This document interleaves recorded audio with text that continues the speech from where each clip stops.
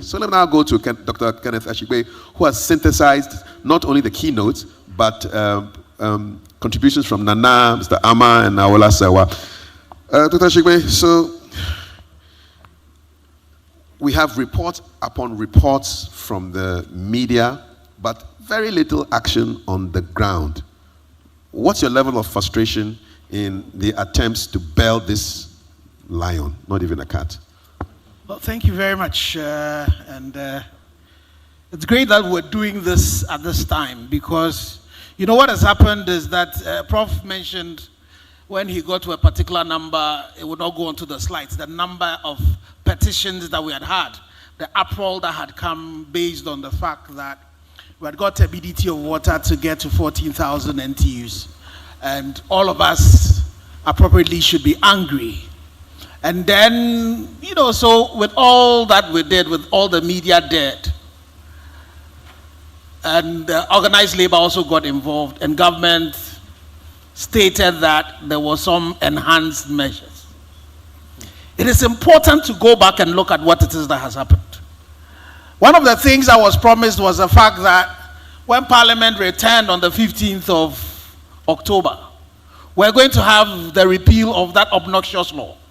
The law that saw the NDC and MPP sit in Parliament and decided that they will give the president the power to allow people to go mine in forest reserves, including areas of critical biodiversity areas.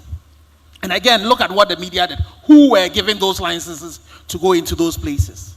So again, when we mention the fact, the issue of illegal mining, and we attempt to scale it to small scale, to only small scale, we make a grave error. You see, the interesting thing was that Gordon, he doesn't like mentioning names. But me, I'm one of the few who would mention names. Akonta mining. When they were found in the Tanonimre Forest Reserve, the Forestry Commission has done a report that indicates that they were engaged in an illegality. Akonta Mining is not a small-scale mining company. Heritage Imperial were giving a prospecting license. They were also in the Apraprama Forest Reserve with about 36 excavators.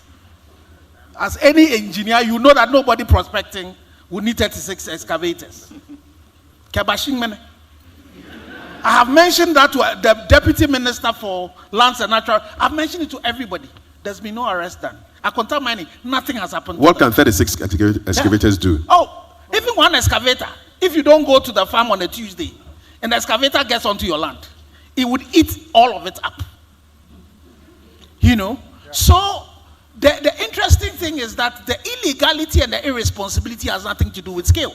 And that point has to be really made very clearly. So we said that we're going to, when they come back to Parliament, they were going to deal with it. You see what they've been doing? After the two of them put together, passed that obnoxious LI 2462, they came and they were not juggling on where they are going to sit. That's their interest. So, and I think I will have mentioned a particular point. The firefighters are the arsonists. The people we have put in charge to deal with the issue of Galamsey are themselves the people who are either involved in it, they are either complicit or they are incompetent. So that's the point. And so it is important that all of you sitting here realize the fact that they don't care about us. They do not care about you. And it has nothing to do with poverty alleviation. It has all to do with greed. Are you going to tell me that somebody who's getting 700 million, it's poverty? One of the first communities we went to when we started this fight against Galamsey is a community in Mansunkwanta. Mansunkwanta, I think previously was the highest cocoa district with highest cocoa. When we went there in 2017, my driver had gone somewhere to go and buy fufu. Mansunkwanta, there was no fufu for 10 cedis. They will not cut 10 cedis for fufu. Because at that point, you know, so it's not about the fact that this is a community that was already engaged in cocoa farming. So it's an element of greed. And the greed, it comes all the way from the top. So when they see that the MPP Ashanti Regional Chairperson is involved in an illegality that the president mentions and nothing happens to him, how are you expecting those people in their communities to stop doing anything? So that's one. Look at the issues around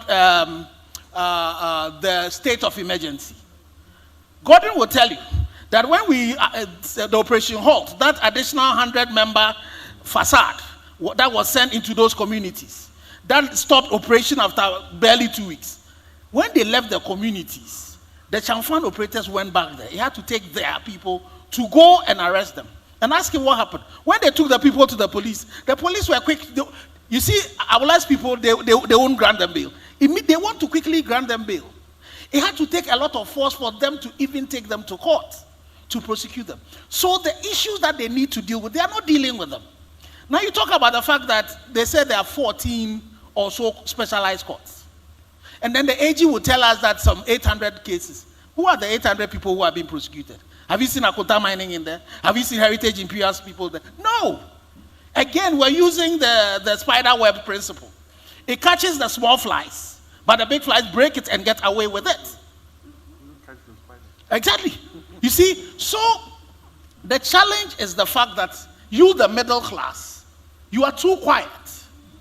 You are either complicit or you are incompetent. You have surrendered the space and you will not fight. There's a picture of a child that was born with 4 legs, 2 hands. I didn't want to show it. When without genitalia, when that baby died and they did the postmortem, the bone marrow was the level of toxicity in the bone marrow. In 2017, the Water Research Institute, when we did a camp, they had gone into one of these communities. They bought bread by the side of the road. When they tested the bread, the level of toxicity. So this problem that we're talking about, it's a problem that concerns you and I. But all of you, some of you will call and say, but you know there's elections coming up. Why are you talking about this? So we've sacrificed governance for just elections. And we are going with it. So our frustration is the fact that nothing is happening. And that's the reason why I'm happy that we're doing this today. So that we can call on all of us today that we need to go back. The question that Kafi, you are asking, we need to go back and ask the president. We need to ask the government, that a committee that has been formed, what are you doing with all the things that you said you're going to do? Why is it that when Ghana Water wanted to come and hoodwink us with that turbidity of water that had moved from 14,000 to 9,000 units, which is so far away from 5,000 NTUs? 5 NTUs. They wanted to celebrate it. What's happening? So currently we are writing to Ghana Water. We are asking them to tell us the level of trace metals and heavy metals in all waters that they are treating everywhere. They claim that they've sent the water samples to Water Research. We wrote also to FDA. They have not responded. We've written to Ghana Standard Authority. They say they are not the regulators. We should go and talk to the regulators. Nobody wants to bail the cat. You see? Nobody wants to bail the cat. Yes. These are the people who should be bailing the cat, who are all running away from bailing the cat. So, and I think, Prof. God, the point you make about the fact that we should start letting everybody pay for how much of their water that is being treated, I think it's a very good point. Because all of you know that at the last major PRC review that was done, you are all paying an additional 1% because of Galamsey. Do you also know that they've stopped using aluminum sulfate, alum, in doing the coagulation? And you know what they're using? They're using a chemical that is used in treating wastewater to treat the water that you're drinking. Yep. And it's the polymer. More expensive. It's very, very expensive.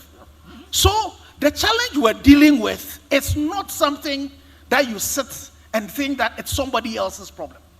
It is your problem. The level of spontaneous abortions that are happening in some of these communities, grave. Renal diseases, very grave. And the interesting thing is that, again, Prof showed it.